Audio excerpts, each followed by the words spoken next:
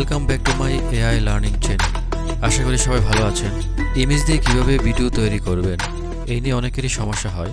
এই ভিডিওর মাধ্যমে আপনারা শিখবেন কিভাবে ফ্রিতে ইমেজ টু ভিডিও জেনারেট করতে পারবেন।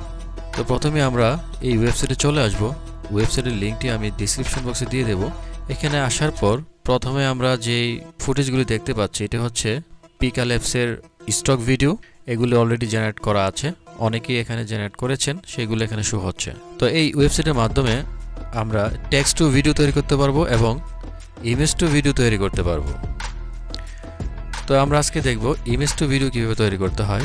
তো এখান থেকে আমরা প্রথমত এই ক্যামেরা আইকনে ক্লিক করলাম।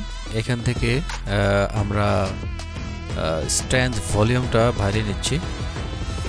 তারপর আমি একটি ইমেজ আপলোড করে দিচ্ছি। আপলোড করে দেওয়ার পর এখানে আমি কোনো প্রম্পট দিচ্ছি না, জাস্ট জেনারেট ক্লিক করলাম। তো আমাদের ছবিটি জেনারেট হচ্ছে। তো আমরা পিকা ল্যাবসে সাইন আপ করার পর 30টি ক্রেডিটস পাবো। তো প্রত্যেকটি ভিডিওর জন্য 10টি করে ক্রেডিট খরচ হবে। আমাদের ভিডিওটি জেনারেট হয়ে গিয়েছে। তো আমরা ফুল স্ক্রিন করে দেখে নিচ্ছি। ওয়াও, নাইস ভিডিও, অনেক সুন্দর একটি ভিডিও জেনারেট করে দিয়েছে আমাদেরকে।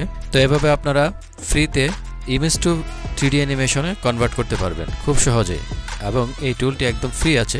আপনারা প্রত্যেক দিন 30টি ক্রেডিট পাবেন এবং এই আইকনটিতে ক্লিক করে ডাউনলোড করে নিতে পারবেন। তো আমি আরেকটি ইমেজ টু ভিডিও জেনারেট করব। আরেকটি ইমেজ আপলোড করে দিলাম। তারপর আমরা এখানে কোনো প্রম্পট দিচ্ছি না, আমরা এখানে হতে দেবো আমরা মোশন স্ট্রেংথটা বাড়িয়ে নিচ্ছি।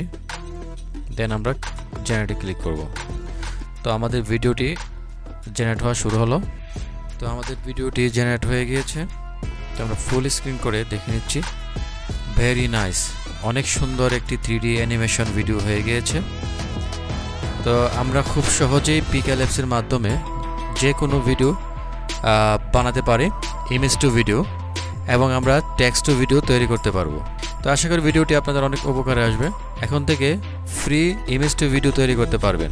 ভিডিওটি ভালো লাগলে একটি লাইক এবং কমেন্ট করে জানিয়ে দিবেন। আমার চ্যানেলটি সাবস্ক্রাইব করে সাথেই থাকবেন। আজকে এই পর্যন্তই, সবাই ভালো থাকবেন। আল্লাহ হাফেজ।